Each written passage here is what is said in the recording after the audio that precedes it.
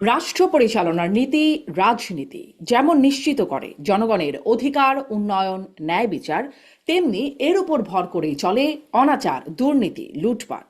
এর এ পিঠে আলো তো অন্য পিঠে অন্ধকার। আমার সাথে আছেন দুজন অতিথি, আছেন সিনিয়র সাংবাদিক আনিস আলমগীর এবং আছেন সাবেক সচিব রাজনৈতিক বিশ্লেষক আবু আলম শহীদ খান। স্বাগত জানাচ্ছি আপনাদের দুজনকেই রাজনীতির এপিঠোপিঠের আজকের আয়োজনে। আমি নানান রকম গুঞ্জন গুজব নানান রকম কথাবার্তা বাজারে আছে। আপনাদের দুজনের কাছ থেকে একটা বিশ্লেষণ দিয়ে শুরু করতে চাই। জনাব আবু আলম শহীদ খান, আপনার কাছ থেকে শুরু করি, এরপরে আনিস আলমগীর একই প্রশ্ন নিয়ে আপনার কাছেও আসবো। যে যেমন কিছুদিন আগে রাষ্ট্রপতির ছবি নামিয়ে ফেলা হলো দূতাবাসগুলো থেকে, তখন শোনা গেল শুধু রাষ্ট্রপতির ছবি না, রাষ্ট্রপতিকেও সরিয়ে ফেলা হবে এবং রাষ্ট্রপতির নামও একটা প্রস্তাবনা সামাজিক যোগাযোগ মাধ্যম সহ বিভিন্ন জায়গায় ঘুরছে, সেটাও আমরা জানতে পারছি। তারপরে জানলাম যে মানে শোনা যাচ্ছে যে অন্তর্বর্তী সরকার থাকবে না, এটা ভেঙে গঠিত হবে তত্ত্বাবধায়ক সরকার, যার প্রধান উপদেষ্টা থাকবেন ডক্টর মোহাম্মদ ইউনূস। এরকম কথাও বাজারে শোনা যাচ্ছে। আর আগে তো বিএনপি শুনতে পেত ১/১১ পদধ্বনি, যেটি পরের দিকে শুনতে পাচ্ছেন মাহফুজ আলম, নাহিদ ইসলাম, তারাও আসলে এটির কথা বলছেন। এই যে নানান রকম কিছু শোনা যাচ্ছে, এগুলো কি শুধু গুঞ্জন গুজব বা বাজারে ছড়িয়ে পড়া কথাবার্তা, নাকি পেছনে বা ভেতরে পর্দার আড়ালে আরো কিছু হচ্ছে? জনাব শহীদ খান। ধন্যবাদ আপনাকে। পর্দার আড়ালে কিছু ঘটলে তো সাধারণ মানুষ দেখতে পায় না, মানে ওই পিঠে যে অন্ধকারটা আছে আমরা দেখতে পাচ্ছি না হয়তো। আর আপনি যে সব বিষয়ের কথা বলেন সেগুলো তো সামনে এসেছে। হঠাৎ করে আমাদের দূতাবাসগুলো থেকে রাষ্ট্রপতির ছবি নামিয়ে দেওয়ার একটা খবর বেরোলো, এবং এটা কোনো সরকারি ঘোষণা না বা কোনো গভর্নমেন্ট অর্ডার ইস্যু করা হয়নি। এটা নাকি টেলিফোনে কেউ কাউকে বললেন, কোথাও কেউ একজন ছবি দেখেছিলেন, তার খুব উষ্মা হয়েছিল, তিনি এসে বলেছেন। পরে দেখা গেল যে ওই উপদেষ্টা মহোদয় বললেন, না আমি এরকম কথা তো বলিনি, এবং ক্যাবিনেট থেকেও কোনো সিদ্ধান্ত আসেনি, উপদেষ্টা পরিষদ থেকেও কোনো সিদ্ধান্ত আসেনি। এবং রাষ্ট্রপতির ছবি টাঙানোর ব্যাপারে আমি অনেক খোঁজাখুঁজি করেও কোনো নির্দেশনা দেখতে পাইনি। হয়তো কোনো একটা নির্দেশনা ছিল কোনো একটা সময়, এবং তারপরে এখন ছবি নামানো হলো। এবং ছবি নামানোর সাথে যে গুজবটা ডালাপালা মেললো, এটা হলো যে ওই 15ই আগস্টের আশেপাশে এই ছবি নামানোর কথাবার্তা আমরা শুনলাম, এবং তারপরে রাষ্ট্রপতিকে নাকি সরিয়ে দেওয়া হচ্ছে।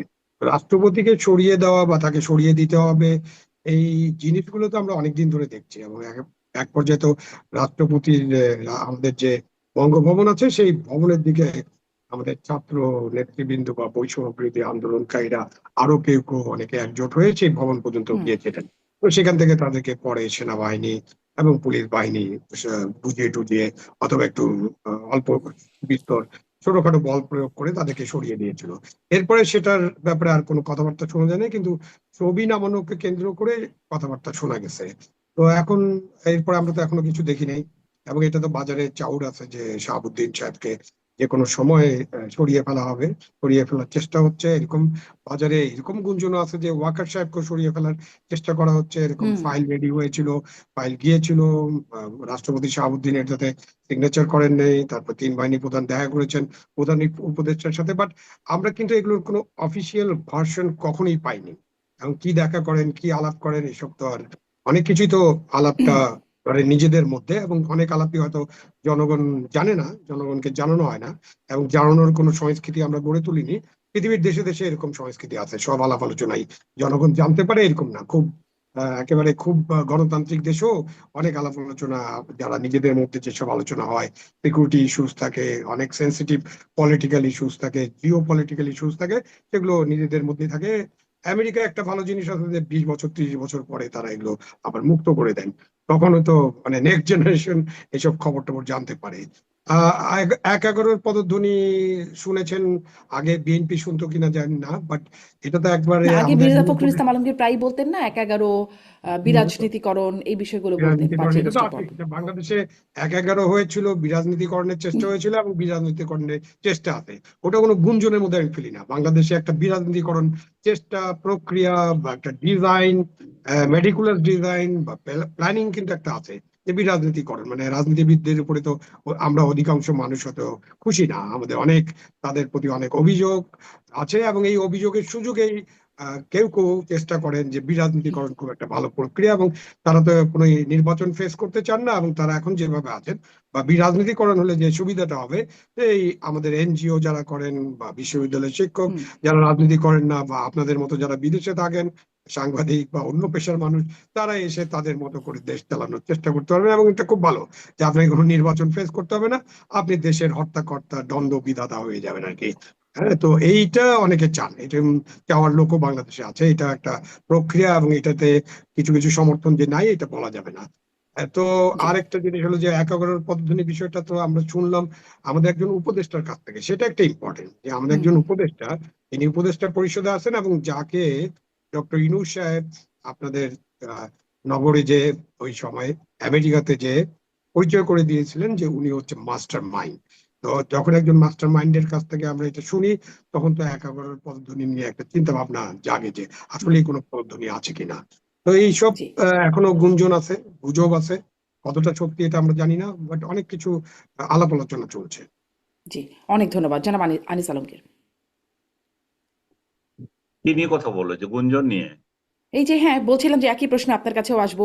রাষ্ট্রপতিকে সরানো হবে, কখনো শোনা যাচ্ছে সেনাপ্রধানকেও সরিয়ে ফেলা হবে। এই যে বিষয়গুলো চলছে, কে রাষ্ট্রপতি হতে পারেন সেরকম প্রস্তাবনাও আসছে, তত্ত্বাবধায়ক সরকার প্রধান কে হবেন সেই কথাগুলোও আসছে। আমি আসলে এটাই জিজ্ঞাসা করছিলাম যে এই গুঞ্জনগুলোর কোনো বাস্তবতা আছে বলে আপনারা জানতে পারেন কিনা, শুনতে পারেন কিনা কোথাও থেকে? আমি শুনিনি, আমি ওই যে গুঞ্জনের মতোই শুনছি। আমি যেটুকু শুনেছিলাম যে এই যে মাহমুদুর রহমানকে হ্যাঁ। রাষ্ট্রপতি বানাবে। হ্যাঁ, মাহমুদুর রহমান অনেক যোগ্য ব্যক্তি, এখন অবহেলিত অবস্থায় আছে। এই অবস্থায় চুপ্পু কেন রাষ্ট্রপতি থাকবে, এই জাতীয় কথাবার্তা শুনছি। মাহমুদুর রহমানকে যারা পীর মানে তারা বিদেশ থেকে খুব আকুতি করছে, মাহমুদ ভাই কিভাবে পড়ে আছে, মাহমুদ ভাইকে কি দিয়েছে, আমাদেরকে কি দিয়েছে, দেখো এই সরকার কি দিয়েছে, ইনুস সরকার, আরো কি বিশ্রী বিশ্রী ভাষায় গালাগালি। এগুলো যদি বাংলাদেশে বসে আমরা করতাম, ইনুস সরকারের লোকেরা তো আমাদের মতো বাড়ি করে থাকতে দিত না। মানে ওনাকে গালাগালি করে যে সমস্ত কথাবার্তা বলতেছিল। তো আমি আমার আমার কাছে মনে হয় এগুলো ওদের স্বপ্নের মধ্যেই দেখে আর কি ওরা, যে অমুকের হুম বাদ দিয়ে তমুকের বানাবে। এখন এটুকু তো চিন্তা করে না যে একজন রাষ্ট্রপতিকে যদি এখন সরাতে হয়, আবার একটা গ্যাঞ্জাম লাগবে, এবং ওই রাষ্ট্রপতির অধীনে সবাই যে রাজি হবে ইলেকশন করতে, সবাই যে ওই রাষ্ট্রপতিকে মানে, সেটাও তো হবে না।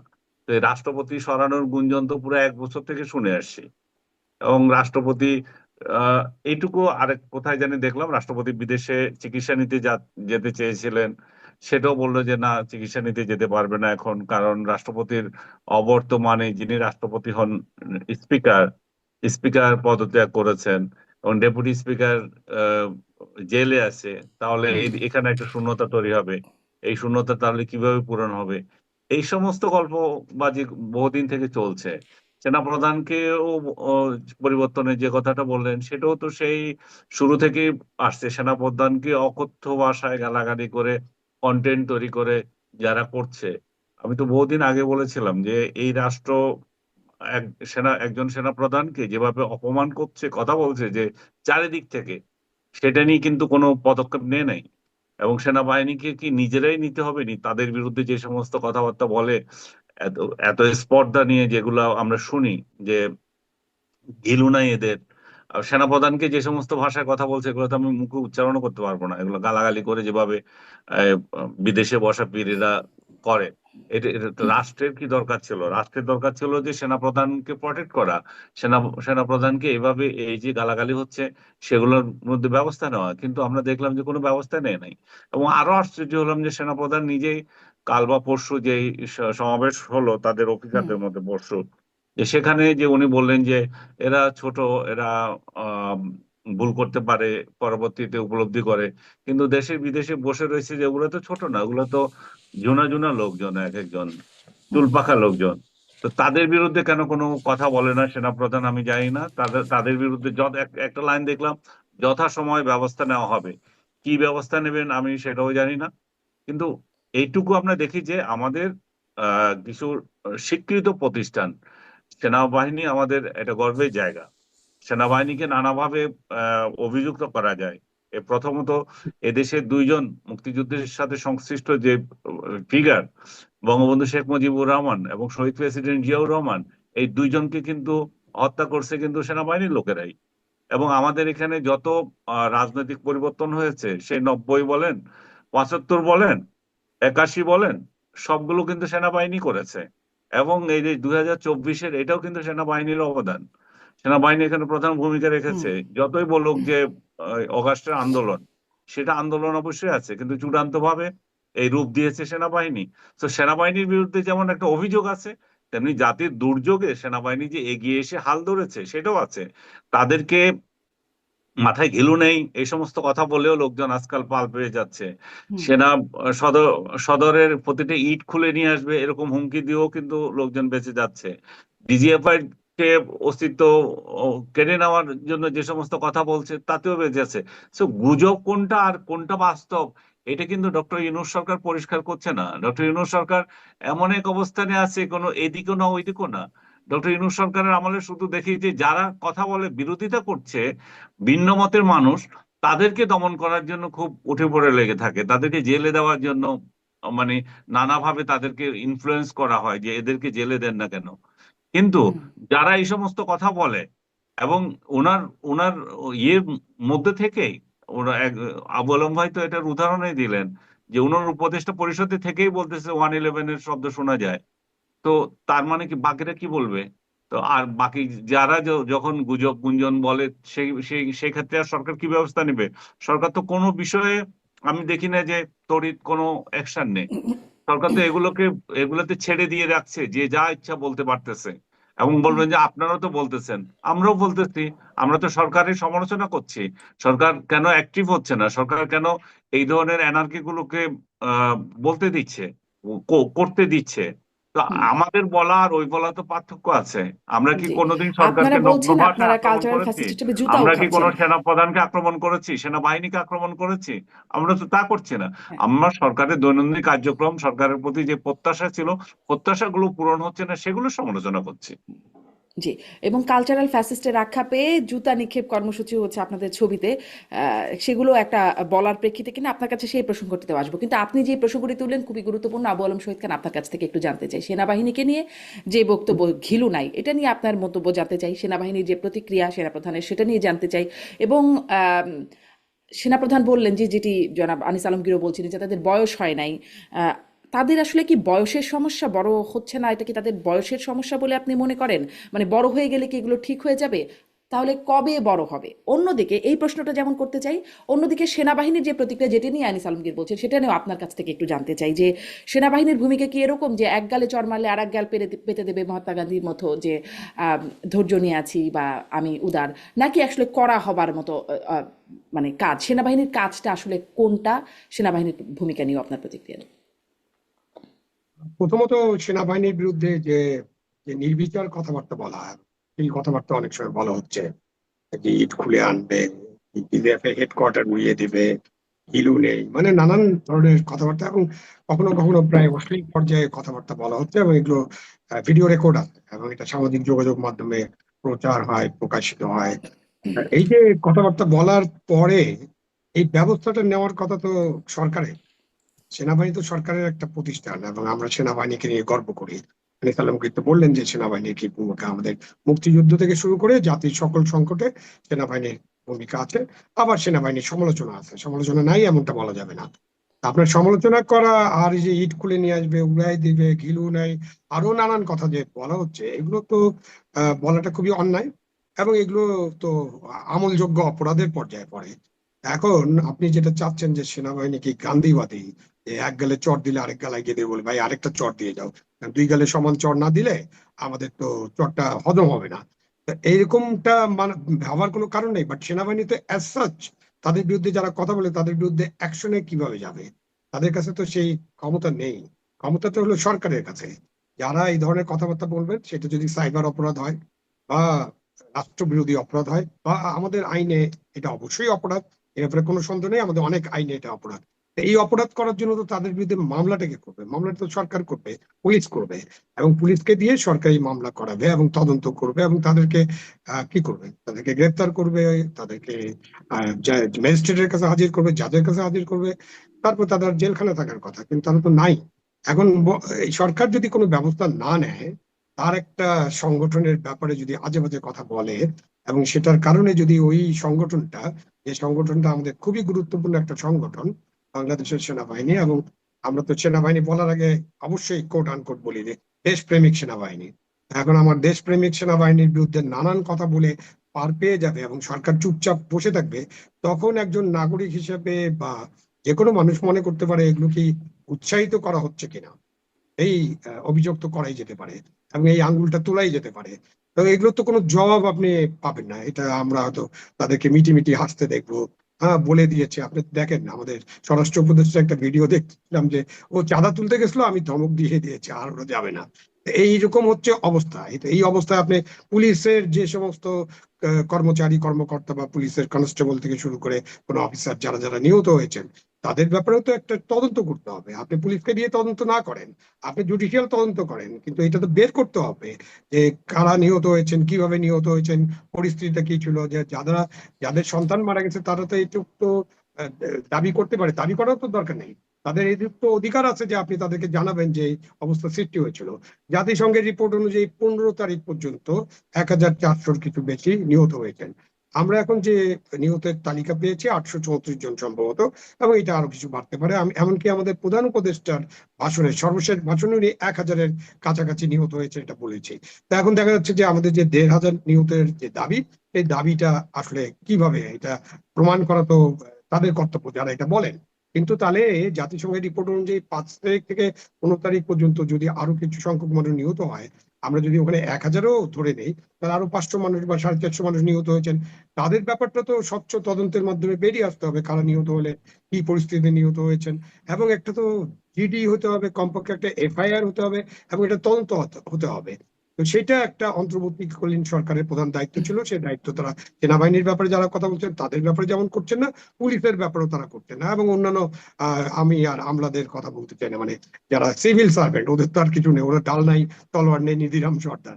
এখন যাদের কাছে সমস্ত বল আছে, অস্ত্র আছে, ক্ষমতা আছে, তারাই যদি চুপচাপ থাকেন এবং বলেন যে এরা বড় হলে দুঃখ পাবেন, নো, এটা ইয়েস, এটা উনার এই এই কথাটাকে আপনি মহানুভবতা বলতে পারেন, আমি জানি না কিভাবে বলবেন, বাট এটা তো কথা নয়। বাট উনি আর এর বেশি কি বলবেন? উনি একটা দরবারে এই ধরনের কথাবার্তা বলছেন, তাকে হয়তো জিজ্ঞেস করা হয়েছিল, তখন তার রেসপন্সটা এরকম। উনি যখন প্রধান উপদেষ্টার সাথে দেখা করেন বা স্বরাষ্ট্র উপদেষ্টার সাথে কথা বললে, তখন নিশ্চয়ই এইসব বিষয়ে ব্যবস্থা নেওয়ার জন্য অনুরোধ করেছেন বা করবেন, করে থাকেন, এইটা আমি ধরে নিতে পারি। বাট আমাদের বর্তমান যে অন্তর্বর্তীকালীন সরকার আছে, তারা কিন্তু কোনো পদক্ষেপ নিচ্ছে না। এই কারণে মনে হতে পারে যে এইসব ব্যাপারে তারা উৎসাহিত করছেন। তো দেশের সেনাবাহিনীকে আপনি এরকম করে লোকজন হুম। কথাবার্তা বলবে বলে আপনি সেনাবাহিনীকে দুর্বল করার চেষ্টা করবেন, এটা আমাদের সার্বভৌমত্ব রক্ষার জন্য সেনাবাহিনী তো অবশ্যই একটা বড় রোল রয়েছে। আবার আমরা বলি যে সেনাবাহিনীকে এত শক্তিশালী করতে হবে যাতে আমরা প্রতিবেশী দেশের সাথে চোখে চোখ রেখে কথা বলতে পারি। তো খুবই কন্ট্রাডিক্টরি হয়ে যাচ্ছে না?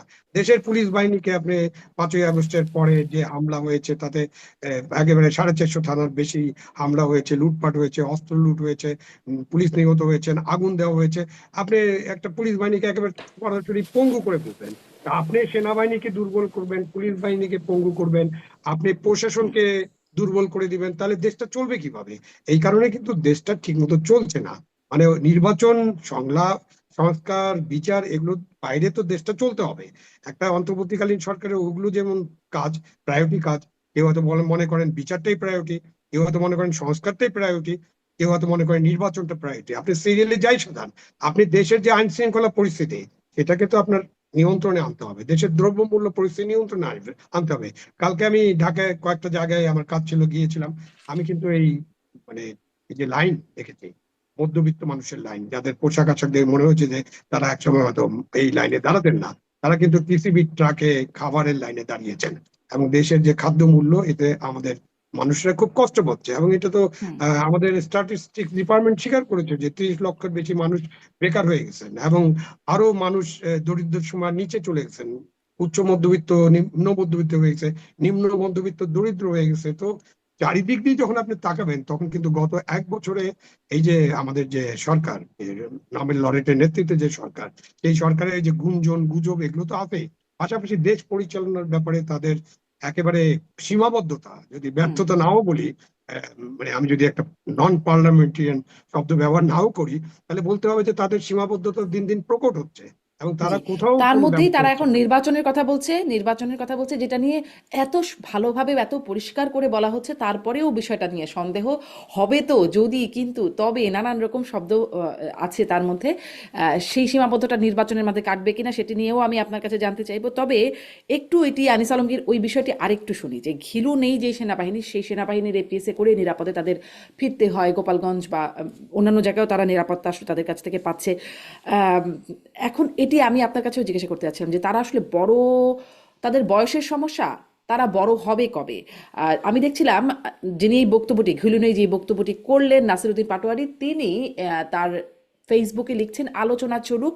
এই যে ঘিলু নেই বলে তিনি মন্তব্য করেছেন, সেটি নিয়ে সঞ্চালক প্রশ্ন করছেন এনসিপির একজন নেতাকে, তিনি এই প্রসঙ্গে উত্তর দিচ্ছেন, বা সেনাবাহিনীর সেনাপ্রধান কি বলেছেন সেটি বলেছেন, সেটি প্রসঙ্গে তিনি আবার পাল্টা বলছেন। এই যে আলোচনা, তিনি লিখছেন আলোচনা চলুক। এই একটা একটা টক শো রেফার করে দিয়ে বলছেন আলোচনা চলুক। এটা নিয়ে আলোচনা চললে তাদের কি লাভ হচ্ছে, কি মনে হয়? আমি জানি না তাদের কি লাভ হচ্ছে, কারণ সেনাবাহিনীতে পরীক্ষা দিয়ে পাশ করা কিন্তু এত ইজি তো না। একটা পরীক্ষা দিয়ে পাশ করে সেনাবাহিনীর সদস্য হতে এবং কম্পিটিটিভ পরীক্ষা, এবং এত সহজও না সেটা। যে কেউ চাইলেও সেনাবাহিনী হয়ে যেতে, ভর্তি হয়ে যেতে পারবে। তাদের কি ঘিলু নেই বলে যদি আপনি আবার বলেন যে ন্যূনতম অনুশোচনা নাই, এই সমস্ত মানে বাকওয়াজ কথা বলে, আবার বললেন আলোচনা চলুক। এবং আমি জানি না, নাসিরুদ্দিন পাটোয়ারি তার দলটাকে খুব বিতর্কিত করে ফেলছে তার নানা মন্তব্য দিয়ে। শুধু যে এটা মন্তব্য তা না, তার তো প্রত্যেকটা বক্তব্যই মানে বিতর্ক দিয়ে সৃষ্টি করে। এবং উনি কি বিতর্কিত থাকতে চান কিনা সেটাও আমরা জানি না। ব্যক্তিগতভাবে আমার তাকে রিড করা হয়নি, তার সাথে পরিচয়ও নেই আমার। আমি দেখেছি যে এর আগে উনি বললেন যে ফেব্রুয়ারিতে ইলেকশন হবে না, মানে ওহি নাজিলের মতো। Election chief election commissioner Nasir আমাকে একজন কোয়েশ্চেন করছিল যে এটা নিয়ে। আমি বলছি, কোন নাসির? এটা কি চিফ ইলেকশন কমিশনার? তো চিফ ইলেকশন কমিশনার নাসির বললে না হয় এটা একটা নেওয়া যেত। এখন যে কেউ কোনো এক নাসির বলে দিল সেটা হয়ে যাবে, কিংবা সে তো এমন একটা লোক, সে ওই দলের জেনারেল সেক্রেটারিও না। এবং তার বিরুদ্ধে আমি জানি না দলগতভাবে তারা তাকে সতর্ক করে কিনা যে এই ধরনের মন্তব্যগুলো তাদের দলের ঘাড়ে নিতে হয়। দল এটা নিয়ে আহ কথা বলা মানে হচ্ছে সময় নষ্ট করা, দলের ইমেজ নষ্ট হওয়া। এবং এই দলে যে অনেক সম্ভাবনাময় তরুণ আছে এবং অনেক ভালো কথা বলে, তাদের কথাগুলোকে ফালতু করে দেওয়া। এই যে যারা চাঁদাবাজি করতেছে বিভিন্ন জায়গায়, এই চাঁদাবাজদের অভিযোগ যেমন তাদের উপরে আসতেছে, ভালো ভালো ছেলে যেগুলো আমি দেখি, আমার সাথে কথা হয়, যে তাদের বিরুদ্ধে যেগুলো আসতেছে, এই সমস্ত উল্টাপাল্টা কথা বলে দলটাকে পাগলের দল হিসাবে প্রমাণ করে দিচ্ছে এরা কয়েকজন।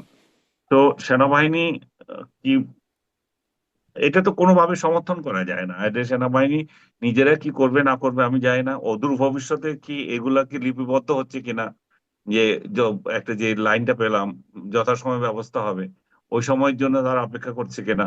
এখন তো সবকিছু উন্মুক্ত। এই সরকারের পেয়ারের লোকদের বিরুদ্ধে কেউ কোনো অভিযোগ করে তো কোনো ফল পাচ্ছে না।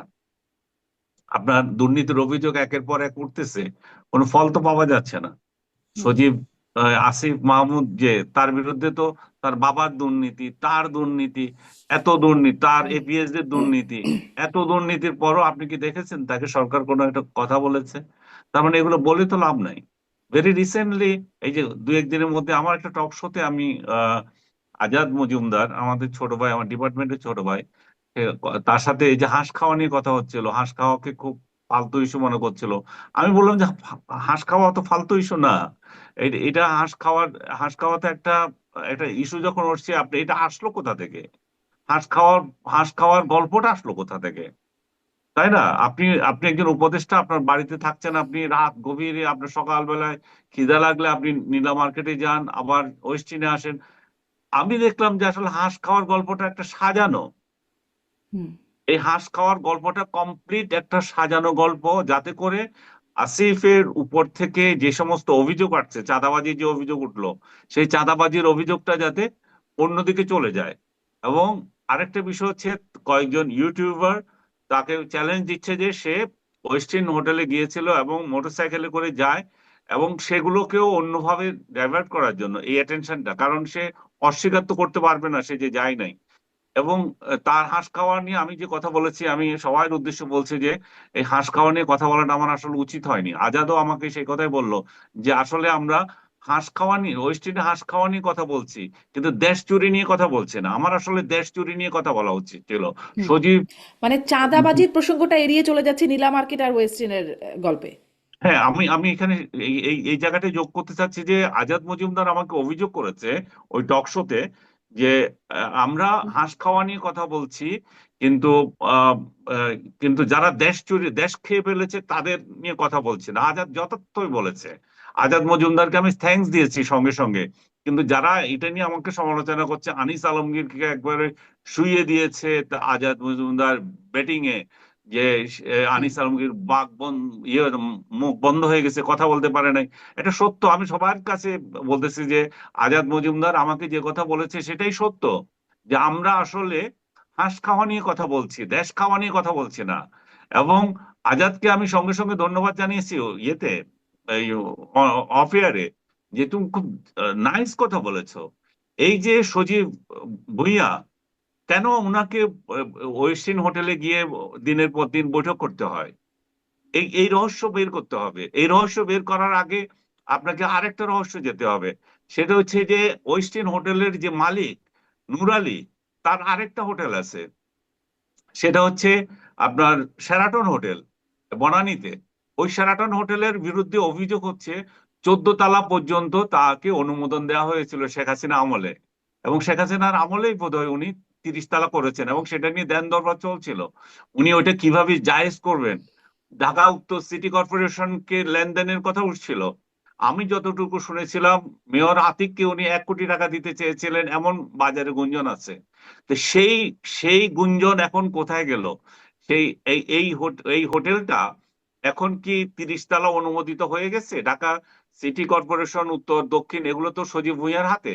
তাহলে এইটা নিয়ে আমাদের ইনভেস্টিগেটিভ রিপোর্টাররা যারা আছে, সজীব ভুঁইয়ার এখানে ইনভলভমেন্ট কি? যদি ওই হোটেলটা আপনার অনুমোদন পেয়ে যায় যে 30 তলা থাকার, তাহলে সেই অনুমোদন কিভাবে পেল? সেই রহস্য উদ্ঘাটন করা দরকার সাংবাদিকদের। সজীব ভুঁইয়া কেন বারবার ওয়েস্টিন হোটেলে যায়, সেই রহস্য উদ্ঘাটন করা উচিত।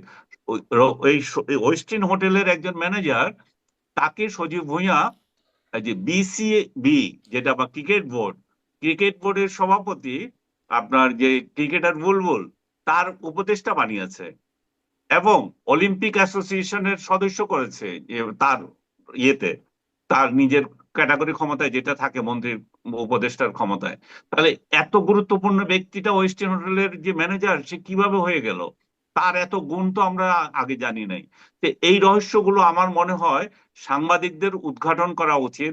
তাহলে সজীব ভুঁইয়ার এই যে আমরা যে আজাদ মজুমদার যে যেটা বলেছিল হুম। আমাকে, যে আমরা যে আসলে হাঁস খাওয়া নিয়ে ব্যস্ত আছি, দেশ খাওয়া নিয়ে ব্যস্ত নাই। আসলে দেশ খাওয়া নিয়ে আমাদের চিন্তা করা আচ্ছা, উচিত। আজাদকে উদ্ঘাটন আমি করেই বা কি হবে? মানে ধরুন যতটুকু উদ্ঘাটিত হলো তার প্রেক্ষিতে কি কিছু হলো, বা তার প্রেক্ষিতে ইভেন কোনো তদন্তও কি হলো? আমি দেখছিলাম যে বঙ্গবন্ধুর অসমাপ্ত আত্মজীবনী, সেই বইটি নাকি জাভেদ পাটোয়ারি, ওই সাবেক আইজিপি, লিখে দিয়েছেন, আরও 123 জন লিখেছেন।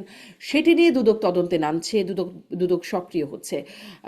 কিন্তু মানে এই বিষয়গুলো নিয়ে, মানে দুদকও কি, কে কোন বিষয় নিয়ে সক্রিয় হবে? মানে যেমন আমরা সরকারকে কোনো কথা বলতে শুনি নাই, প্রশাসনকে কোনো কথা বলতে শুনি নাই, আইন শৃঙ্খলা বাহিনীকে কোনো মানে সজীব ভুঁইয়ার বিষয়ে কোনো কথা বলতে শুনি নাই, এই বিষয়টা নিয়ে সক্রিয় হচ্ছে। কোন বিষয় নিয়ে কে সক্রিয়? জি বলবেন আনিস আলমগীর, ছোট্ট করে। আমি এটা নিয়ে একটু আবু আলম শহীদ খানকেও শুনবো। জি। হ্যাঁ, এখানে এখানে দুদককে আপনি অভিযুক্ত করছেন, আমি নিজেও আশ্চর্য হয়েছি যে দুদক এটা নিয়ে তদন্ত করতে নেমে গেছে, কিন্তু এখন প্রমাণিত হয়েছে যে এটা একটা ভুয়া রিপোর্ট। আপনি যদি চ্যানেল 24 এর ওয়েবসাইটে যান, দেখবেন যে ওই রিপোর্ট আর নাই। এটা যে একটা ফালতু এবং বাজে রিপোর্ট, সেটা এই রিপোর্ট প্রচারিত হওয়ার সঙ্গে সঙ্গে আমি ভিডিও করেছি। আমি জানি না আপনি দেখেছেন কিনা। আমি এটা প্রতিবাদ করেছি যে এই এই এই ভুয়া কাহিনী চ্যানেল 24 এর মতো চ্যানেল কি করে দিয়ে, এবং এটার জন্য তো বিশেষজ্ঞ হওয়ার দরকার নাই। এটা তো এটা তো সারপ্রাইজ ইনফরমেশন, এগুলো আছে ওই বইটাতে। জাভেদ পাটোয়ারিরা যুক্ত ছিল আরেকটা বইতে, সেটাকে এই বই বানিয়ে দেওয়া হয়েছে। হুম। এবং জাভেদ পাটোয়ারির এই বই যে নতুন বইয়ের কথা যেটা আছে সিক্রেট ডকুমেন্ট, তার বহু আগে এই বই প্রকাশিত। তাহলে যেটা 12 সালে প্রকাশিত সেই বইকে আপনি 17-18 সালের ঘটনার সাথে মিলালে তো হবে না। এবং এটা যে একটা গার্বেজ রিপোর্ট ছিল এবং এটার কোনো সূত্র নাই, এখন রিপোর্টার নিজেই সেটার প্রমাণ দিতে পারছে না। আমি দেখলাম যে এই যে যারা এই সমস্ত ফ্যাক্ট চেক করে তাদের একটা অর্গানাইজেশন এটাকে একটা ভুয়া রিপোর্ট বলে চিহ্নিত করেছে। আমি সজীব ভুঁইয়ার যে কথাটা আপনাকে বলছিলাম সেটা এক লাইনে শেষ করে দিচ্ছি, যে সজীব ভুঁইয়ার বিরুদ্ধে যে অভিযোগগুলো উঠেছে, আপনি বলছেন যে এগুলো তো কোনো কোনো ইয়ে হয় না, মানে অভিযোগ উঠেও কোনো কিছু হয় না। আপনার কথা সত্য, আমি নিজেই তো বললাম যে তার বিরুদ্ধে যে অভিযোগগুলো উঠেছে সরকার তো তার কোনো ব্যবস্থা নেয়নি, কিন্তু এগুলো তো একটা দলিল হিসাবে থাকছে। সজীব ভুঁইয়ার পিএস যে দুর্নীতি করেছে, সজীব ভুঁইয়ার বাপ যে দুর্নীতির সাথে জড়িত, মার্ডার কেসের সাথে যে তার নাম এসেছে, সজীব ভুঁইয়ার যে দুর্নীতি, সজীব ভুঁইয়া যে সর্বশেষ যেটা তার পেয়ারে পত্রিকা আমার দেশ পত্রিকা তাকে নিয়ে যে রিপোর্ট করেছে, সেই রিপোর্টে আপনি খেয়াল করেন সেখানে বলেছে যে 51 লক্ষ টাকার একটা স্টেডিয়াম, যেটা মিনি স্টেডিয়াম, যেটা শেখ রাসেলের নামে হতে যাচ্ছিল, সেই সমস্ত একটা স্টেডিয়ামকে তিনি ওই 51 লক্ষ টাকাকে প্রজেক্ট ব্যয় বানিয়েছেন 14 কোটি টাকা। হ্যাঁ, 51 লাখ থেকে 14 কোটি হয়ে গেছে। তো এটা কি করে হয়? 14 কোটি না 1400 কোটি টাকা।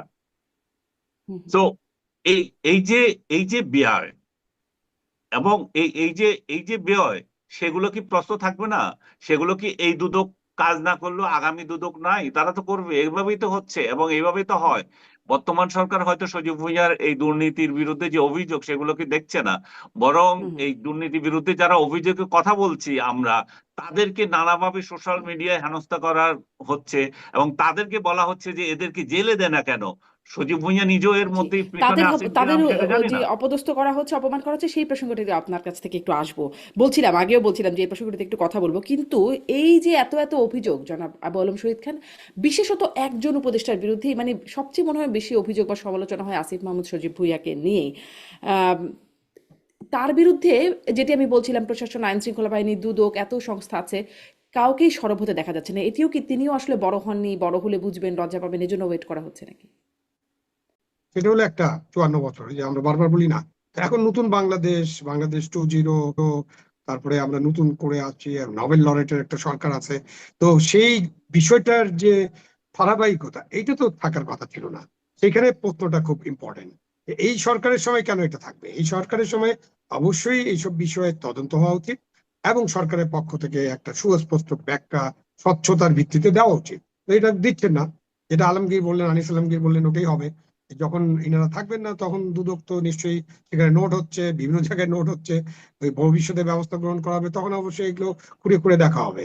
তো এটা এখন হবে বলে তো আর মনে হচ্ছে না, কারণ এই অভিযোগগুলো তো বেশ কয়েক মাস ধরে উঠছে। উঠার হুম, পরে তো এগুলো নিয়ে কোনো ব্যবস্থা হচ্ছে এরকম আমরা দেখি না। গোপনে কিছু হচ্ছে কিনা এটা তো আমরা জানি না, পেছনে কিছু হচ্ছে কিনা জানি না, বাট আমরা প্রকাশ্যে এরকম কোনো ব্যবস্থা হতে দেখছি না। এবং সেটা দুঃখজনক এবং এক কথায় নিন্দনীয়।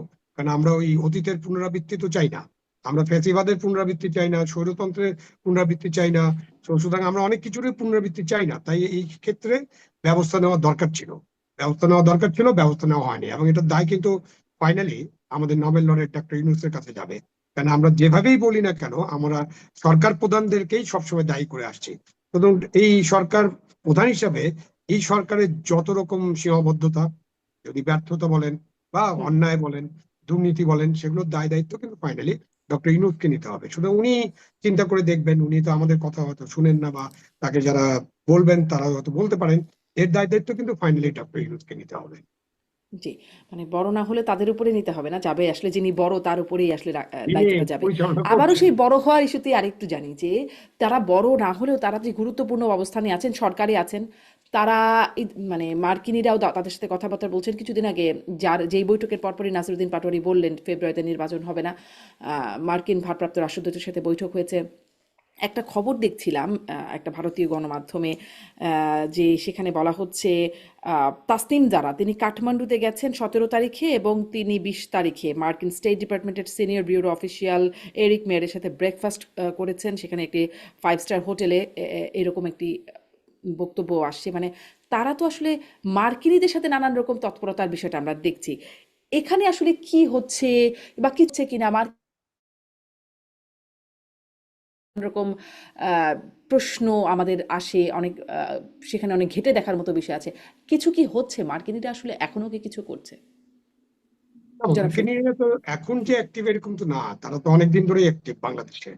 আপনার 96 নির্বাচনের সময় থেকে তো তাদের যে পার্টিজান বাই পার্টিজান যে কমিটি গুলো ছিল তারা অনেক অ্যাক্টিভ ছিল। তা আপনার দেশে অন্যান্য দূতাবাসও অনেক অ্যাক্টিভ। এখন তো আরো নানান দূতাবাস অ্যাক্টিভ, রাষ্ট্র দূতাবাস অ্যাক্টিভ ছিল, থাকে। চীনারাও অ্যাক্টিভ থাকে, খুব একটা বেশি পলিটিক্যালি অ্যাক্টিভ থাকে না। এখন পাকিস্তান খুব অ্যাক্টিভ। বলা হয় যে ভারত খুব অ্যাক্টিভ ছিল এক সময়, এখন কতটুকু অ্যাক্টিভ আছে জানা যায় না। তো আমাদের তো দেশের যে রাজনীতি এবং অভ্যন্তরীণ রাজনীতিতে আমরা বিদেশিদের নাক গলাতে দিব না, এগুলো হলো স্ট্যান্ডার্ডাইজ একটা কথা, রাজনীতিবিদরা এটা মাঝে মধ্যেই বলেন। কিন্তু আমরা রাজনীতিবিদদের দেখি যে বিভিন্ন সময় তাদের সাথে কথাবার্তা বলতে, এবং শুধু তো এই কি বলেন আপনি বয়স কম তারাই যে দূতাবাসে গেছে এরকম না, তো আমাদের বয়স বেশি। এরকম আমাদের ভাইস চেয়ারম্যান যিনি ঐকমত্য কমিশনের, তিনি এবং আরো কয়েকজনও তো দূতাবাসে গিয়েছিলেন। হুম। তো স্টেটাসে পড়ে। লন্ডনে গিয়ে তারেক রহমানের সাথেও বৈঠক করে এসেছেন তারা। এবং লন্ডনে যে তারেক রহমান, না লন্ডনে যে বৈঠক করলে সেটা তো আলাদা জিনিস। লন্ডনে বৈঠক করলেন আপনি, একজন দূতাবাসের অফিসার লন্ডনে যে বৈঠক করলো, বাট আপনার একজন উপদেষ্টারা দূতাবাসে যায় না এরকম না। ওদের যে ন্যাশনাল ডে থাকে তখন দাওয়াত করলেও উপদেষ্টা, মন্ত্রী এদেরকে আমি যেতে দেখেছি। বাট এইরকম যে উপদেষ্টা পর্যায়ের লোকেরা দূতাবাসে যান, কথা বলেন এবং নানান কথাবার্তা বলেন, এটা একটা প্রোটোকল ওয়াইজ এটা হয় না। দূতাবাসের যারা দায়িত্বে থাকেন তারাই উপদেষ্টাদের কাছে যেতে পারেন। আর বিশেষ করে আমাদের ফরেন অফিসের মাধ্যমে এগুলো চ্যানেলাইজ হওয়ার কথা। এটা আমি আপনাকে ওই নিয়মের কথা বললাম, বাট এগুলো তো নিয়মের মধ্যে আর নাই। এখন নিয়মের বাইরে এইসব কিছু ঘটছে, সুতরাং আপনি বলতে পারেন যে নিশ্চয়ই কিছু না কিছু ঘটছে বা কিছু না কিছু আলাপ আলোচনা হচ্ছে। এই আলোচনা যে মার্কিনীদের অনেক ইন্টারেস্ট আছে, যেহেতু আমাদের ট্যারিফের বিষয়টা আছে ওটাকেও আপনি রিলেট করতে পারেন, আমাদের করিডোরের বিষয়টাকে রিলেট করতে পারেন, আমাদের বন্দর বিষয়টাকে রিলেট করতে পারেন, আমাদের বঙ্গোপসাগরের বিষয়টাকে রিলেট করতে পারেন, আমাদের সীমান্ত রিলেট করতে পারেন, আমাদের তিস্তা নিয়ে যে কথাবার্তা হচ্ছে রিলেট করতে পারেন, অনেক কিছু রিলেট করার মতো আছে। তো এইরকম অনেক আলোচনা চলছে, বাট দূতাবাসের যে আলোচনা সেটা চোখে পড়ে এবং সেটা কিন্তু আপনি প্রশ্ন সৃষ্টি করতে পারে, প্রশ্নের উদ্রেক করে। জি, আমি জনাব আনিস আলমগীর, আপনার কাছেও কি এই বিষয়টাতে মনে হয় যে আসলে যুক্তরাষ্ট্রের স্বার্থ, যুক্তরাষ্ট্রের ইচ্ছা চাওয়াটা এখন কি সময়ের সাথে কিছু পরিবর্তন হয়েছে কিনা, বা তাদের কোনো বিশেষ তৎপরতা আছে কিনা? অনেকগুলো কিন্তু টানা বৈঠক দেখলাম, এই এনসিপির সাথে বৈঠক, বিএনপির সাথে, তার আগে লন্ডনে বৈঠক, জামাতের সাথে অতীতে বৈঠক হয়েছে, মানে রাজনৈতিক দলগুলোর সাথে বৈঠক, ঐকমত্য কমিশনের সাথে বৈঠক, প্রধান বিচারপতির সাথে গিয়ে বৈঠক করে এসেছেন, মানে অনেকগুলো বৈঠক সম্প্রতি সময় হয়েছে। এটা তো সরাসরি বাংলাদেশের অভ্যন্তরীণ রাজনীতিতে নগ্ন হস্তক্ষেপের একটা মানে চিহ্ন।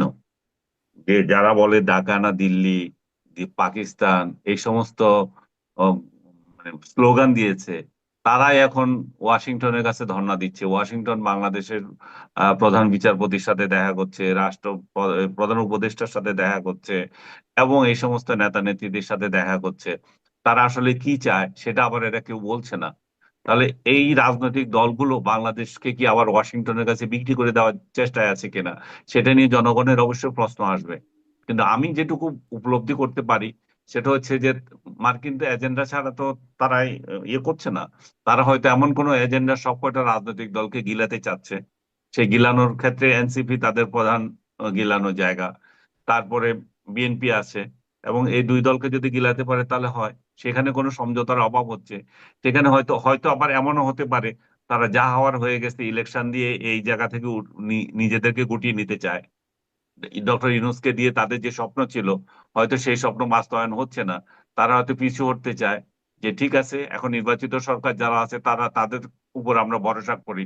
এবং নির্বাচিত সরকার যারা আসবে, লক্ষণ দেখা দিচ্ছে, তারা তো কেউ এই এই কথা বলছে না যে ডক্টর ইউনূস যেটা দিয়ে দিচ্ছে সেটা সেটা আমরা আসলে দেব না, বা ডক্টর ইউনূস যেটা দিতে পারছে না সেটা আমরা সরাসরি বলি আমি, করিডোর বা আদার্স যেগুলো নিয়ে ওই হয় বন্দর দেওয়া, যে সমস্ত অভিযোগ মার্কিনীদের বিরুদ্ধে সাধারণ লোকজন করে থাকে, বিএনপি কি বলেছে আমরা এগুলো দেব না? এবং বিএনপি কি কখনো এগুলো প্রতিবাদ করছে? আসলে এই বাংলাদেশের মতো রাষ্ট্রের ক্ষমতায় থাকার জন্য এই রাজনীতিবিদরা দেশ বিক্রি করতে কোনো ব্যাপার না। কিন্তু কথা হচ্ছে যে যেটা ডক্টর ইউনূসের মাধ্যমে হবে কেন, এটা তো আমিও দিতে পারি। এটাই হচ্ছে পার্থক্য, যে আমি আসলে দেব, উনি দেবে কেন? তো এই মতবিরোধটা এখানেই, অন্য বিষয় না। দেশের স্বার্থ দেশের বিকিয়ে দিচ্ছে, এটা নিয়ে তাদের মাথা ব্যথা নাই। মাথা ব্যথা হচ্ছে যে জিনিস আমিও তো দিতে পারি, সেটা তুমি অন্য থেকে নিচ্ছ কেন? তো এরকম পরিস্থিতিতে আসলে জনগণের জানার অধিকার আছে যে রাজনৈতিক দলগুলোর সাথে এই যে মার্কিন দূতেরা কি আলাপ করছে, এবং এই রাজনৈতিক দলগুলোর কাছে আমাদের ইন্টেলিজেন্স এর প্রশ্ন করার অধিকার আছে যে তুমি রাষ্ট্রের বিরুদ্ধে এমন কি বিষয়ে অংশ নিচ্ছ যেটা আমরা জানি না, যেটা তুমি ডিসক্লোজ করছো না। কারণ আমাদের রাষ্ট্রের এই এই আইন আছে যে আপনি যদি কোনো বিদেশি রাষ্ট্রদূতের সাথে কথা বলতে যান, তাহলে কি আলাপ করেছেন সেটা জানার অধিকার জনগণের আছে। কারণ আপনি সাধারণ নাগরিক না, আপনি একজন রাজনীতিবিদ। আর রাজনীতিবিদ মানে হচ্ছে যে আপনি আজকে না হয় আগামীকাল ক্ষমতায় যাবেন, আর ক্ষমতায় যাওয়ার অধিকার রাখেন। আর ক্ষমতায় যাওয়ার অধিকার রাখেন মানে হচ্ছে আপনার হাতে আমার ভাগ্য নির্ভর করছে। তো আমরা এই সমস্ত লোকদেরকে জবাবদিহি করতে পারি, এবং আমাদের গোয়েন্দা সংস্থায় এই সমস্ত লোকদেরকে জবাবদিহি করার অধিকার রাখে। যেমন আপনি মনে করেন ওই যে আসলাম একজন বিএনপি নেতা ও ইসরায়েলি কোন ইয়ের সাথে দেখা করেছে, গোয়েন্দার সাথে দেখা করেছে। কেন দেখা করেছে সেই সেই প্রশ্ন নিয়ে তাকে বহুদিন ভুগতে হয়েছে। এই নূরের বিরুদ্ধে অভিযোগ উঠেছিল যে কেন এই বৈঠক করবে। তো তার মানে বিষয়টা দাঁড়ায় কি, ওই লোকগুলো তো যে সংস্থার হোক আর যাই হোক, বিদেশি রাষ্ট্রের সঙ্গে জড়িত ব্যক্তিদের সঙ্গে যখনই বিশেষ করে ব্যক্তিদের সাথে যখনই আমি আলাপ করছি, সেটা কিন্তু জনগণের জানার অধিকার আছে আমি কি নিয়ে আলাপ করছি। কিন্তু আমাদের যে গোয়েন্দা সংস্থা, আমাদের যারা এগুলো দেখার কথা, তারা কমপ্লিট নীরব হয়ে আছে। আজকে আপনি যদি চিন্তা করেন এই তারা তো আসলে ঘটনাগুলো, নীরব আগে থেকেও, এই বৈঠকগুলো তো আমাকে শেষ আসলে করতে দেন আগেও একটা আমরা মিনিট, দেখতাম, তখনও কথা আমাকে একটা বলতাম। মিনিট শেষ করতে দেন। এই যে আজকে যে সমস্ত ঘটনাগুলো ঘটছে, আপনি চিন্তা করেন যে এটা ঢাকায় মার্কিন রাষ্ট্রদূত নয় বা দূতাবাস নয়, এগুলা ইন্ডিয়ান হাইকমিশন করতো এই কাণ্ডগুলো। যে প্রধান বিচারপতির সাথে দেখা করা, প্রধান উপদেষ্টার সাথে দেখা করা, এবং এই রাজনৈতিক দলের নেতাদের সাথে দেখা করা, তখন এই জিনিসটা কিভাবে দেশের মধ্যে ইয়ে হতো, মানে প্রতিক্রিয়া কিভাবে হতো। তাহলে সেটা দিয়ে আপনি বুঝতে পারবেন যে আমরা আমাদের রাজনীতিকে, আমাদের দেশকে কিভাবে অন্যের হাতে তুলে দিচ্ছি। আমরা দিল্লি না পিন্ডি এগুলো নিয়ে ব্যস্ত আছি, কিন্তু আমরা কিভাবে আবার আমেরিকার হাতে আমাদেরকে সঁপে দিয়েছি। জি, জি। জনাব আবু আলম শহীদ খান, আপনার কাছেও একটু এই বিষয়ে আরেকটু যদি কিছু যোগ করার থাকে, আর নির্বাচন প্রসঙ্গেও সেইটাও যদি একদম ছোট করে একটু বলেন, যে অনিশ্চয়তা, মার্কিনীদের নির্বাচন প্রসঙ্গে এখন তাদের ইন্টারেস্ট কি হতে পারে। নির্বাচন নিয়ে বরাবরই যুক্তরাষ্ট্র কথা বলে, সেটি 24 বলি 18 বলি, নির্বাচনের আগে পরে কথা বলে। এখন আসলে নির্বাচন নিয়ে তাদের কোনো ইন্টারেস্ট আছে কিনা? মার্কিন দূতাবাসের সাথে যে আলাপ আলোচনা চলছে এগুলো তো আমরা পরিষ্কার হলাম। আমাদের দেশে কিন্তু পাকিস্তানের ফরেন মিনিস্টার আসছেন খুব শীঘ্রই, এবং পাকিস্তানের ডেপুটি প্রধানমন্ত্রীও আসছেন, এবং এটাও শোনা যায় যে পাকিস্তানের সেনাবাহিনীর ঊর্ধ্বতন কর্মকর্তারা আসা যাওয়া করছেন। সেটাও একটা জায়গা যেটা আলোচনা হতে পারে, মানে যেটা জনগণ এর জানার অধিকার আছে যে কেন তারা আসছেন, কি আলাপ আলোচনা হচ্ছে, কিভাবে হচ্ছে। এই বিষয়ের পরে যদি আমি নির্বাচনের দিকে আসি, নির্বাচনের বিষয়ে নাসিরউদ্দিন সাহেব যেভাবে বলছেন যে ফেব্রুয়ারিতে নির্বাচন হবে না, তখন আমার একটা কথাই মনে পড়ে, ডক্টর ইউনূস বলেছিলেন যে ছাত্ররা হচ্ছে তার নিয়োগকর্তা, এবং এই ছাত্ররা মানে নাসিরউদ্দিন সাহেবরা তখন ওই ছাত্র ছিলেন। তো এখন আমি একজন কর্মচারী হিসাবে, ধরেন আমি তো যেহেতু সরকারি চাকরি করি, আমি নিজেকে সবসময় গণকর্মচারী ভাবি। আমি ভাবি যে আমি জনগণের বেতনভোগ কর্মচারী, এবং আমাদের চৌকিদার থেকে রাষ্ট্রপতি পর্যন্ত সবাই তাই, ইউনূস সাহেবও তাই। তো উনার যদি নিয়োগকর্তা ওরা হন, এবং তারা যদি ডিক্লেয়ার করে দেন যে ফেব্রুয়ারিতে নির্বাচন হবে না, তখন কিন্তু একটা সন্দেহ জায়গাটা খুব স্বাভাবিক, যে তাহলে কি আমাদের নোবেল লরেট যিনি প্রধান উপদেষ্টা, তিনি যে ঘোষণাটা দিয়েছেন সেই ঘোষণাটা টিকবে কিনা। এর পরে পরে উনি যখন সিঙ্গাপুর CNN এর সাথে একটা আলোচনায় বসলেন, যখন সাক্ষাৎকার দিলেন, সেখানে অনেক অনেক কথার মধ্যে দিয়ে একটা লাইন উনি বললেন যে এইরকম পরিস্থিতিতে যদি নির্বাচন হয়ে যায়, তাহলে তো সেই পুরানা ফ্যাসিবাদী ব্যবস্থায় ফিরে বিচার আসবে। এবং সংস্কারের আগে যদি নির্বাচন হয়। সংস্কারের আগে তো তখন কি তাহলে তাহলে দাঁড়ালো কি? উনি বললেন যে ফেব্রুয়ারিতে নির্বাচন, তারপরে আবার এটা বললেন, আবার নাসিরউদ্দিন ওইভাবে বললো। তো সব মিলিয়ে তখন নির্বাচন হবে কি হবে না এই ব্যাপারে একটা সন্দেহ অবিশ্বাস কাজ করতে, এমনকি বিএনপি উপরে উপরে খুব খুশি হলো। আমি বিএনপির অনেক নেতাদের সাথে যখন কথা বলি, তারা নিজেরাও খুব কনফিউজ যে আসলে নির্বাচন হবে কিনা। তো বিএনপি কনফিউজ থাকলে আপনি ধরে নিতে পারেন যে সারা বাংলাদেশের মানুষরা একেবারেই কনফিউজ যে জি। নির্বাচন আদৌ হবে আমি কিনা একটু যোগ ফেব্রুয়ারিতে। করি, আজকে শুনছিলাম আসিফ মাহমুদ, তিনিও নির্বাচন নিয়ে বলছেন যে নির্বাচন ফেব্রুয়ারিতে, জুলাই সনদ নিয়ে যদি একটা ঐক্য হয় রাজনৈতিক দলগুলোর মধ্যে, তাহলে নির্বাচনের দিকে দৃঢ়ভাবে এগিয়ে যাওয়া সম্ভব হবে। কিন্তু যদি ঐক্য না হয় তাহলে? 15ই সেপ্টেম্বর পর্যন্ত সময় আছে, তার মধ্যে যদি ঐক্য না হয়। এখন ঐক্য না হয় মানে কি, যে ওনারা যা বলবেন, যেমন আলী রিয়াজ সাহেব একটা কথা বলেছিলেন, খুবই গুরুত্বপূর্ণ কথা, কিন্তু খুবই অগণতান্ত্রিক এবং ফ্যাসিবাদী কথা, যে এখানে কোনো পরিবর্তন করা হবে না। হুম। তা আপনি তাদেরকে পাঠালেন, তাদের মতামত চাইলেন, তখন যদি আপনি বলেন, মতামত চাওয়ার পরে যদি আপনি বলেন যে এখানে কোনো পরিবর্তন করা যাবে না, তার মানেটা কি? আপনি তো মতামত চেয়েছেন, সুতরাং অনেকের অনেক রকম মতামত থাকতে হবে। এবং এই যে জুলাই সনদের কথা আমরা বলছি, সেটা তো একটা ঐক্যমতের ভিত্তিতে সনদ হবে, এবং কিছু কিছু বিষয় অমীমাংসিত থাকবে, এটা খুবই স্বাভাবিক। এবং হুম। সেসব বিষয় যদি আমাদের জাতির প্রয়োজন হয়, এবং জাতিকে যদি এইসব বিষয়ে আমরা আরো অবগত করতে চাই, তাহলে তো আমরা নির্বাচন হবে। নির্বাচনের পরেই কি বাংলাদেশের রাজনীতি সব শেষ? মানে এই নির্বাচন কি বাংলাদেশের একেবারে সবশেষ নির্বাচন? এখানে এই নির্বাচনের আগেই কি আমাদের সবকিছু সমাধান করতে হবে? সুতরাং আমাদের কিন্তু এই গণতন্ত্র হচ্ছে একটা প্রক্রিয়া, একটা প্রসেস। এই প্রসেসের মধ্য দিয়ে আমরা সামনে এগিয়ে যাব, এবং আমাদের আরো সংস্কার হতে থাকবে। এবং যেভাবে বলা হয় যে এটা শতাব্দীর শ্রেষ্ঠ নির্বাচন হবে, এই শতাব্দীর শ্রেষ্ঠ নির্বাচন কেমন করে হবে ভাই? এটা 25 সাল। আপনি 25 সালের পরে আরো 75 সাল আছে। 5 বছর পর পর যদি নির্বাচন হয়, আরো 15টা নির্বাচন করবেন। তো সেই নির্বাচনগুলো কি তাহলে ভালো হবে না? মানে আমাদের কথাবার্তার মধ্যে অনেক রিটোরিক্স থাকে, অনেক কথাবার্তা আমরা বলি, এগুলোতে আমরা বুঝে বলি না। আমরা চেষ্টা করতে হবে যে আমরা একটা দেশে একটা ভালো নির্বাচন হোক। হুম। এবং আমি বারবার যে কথাটা এখন বলার চেষ্টা করছি, সেটা হচ্ছে যে নির্বাচন কিন্তু এখন একটা অনিবার্য বিষয়। আমরা যদি নির্বাচনটা না করতে পারি ফেব্রুয়ারির মধ্যে, তাহলে বাংলাদেশের যে বর্তমান পরিস্থিতি, রাজনৈতিক পরিস্থিতি তো একদম ঘোলাটে হয়ে যাবে, সেটা আছে, কিন্তু বাংলাদেশ অর্থনৈতিক পরিস্থিতি যেটা আছে, বাংলাদেশের আইন শৃঙ্খলা পরিস্থিতি যেটা আছে, বাংলাদেশের দ্রব্যমূল্যের পরিস্থিতি যেটা আছে, এখানে বাংলাদেশ খুব বড় একটা খাদের মধ্যে পড়ে যাবে। সুতরাং একটা নির্বাচন হতে হবে, এবং একটা জি। মোটামুটি ভালো নির্বাচন হতে জি। হবে।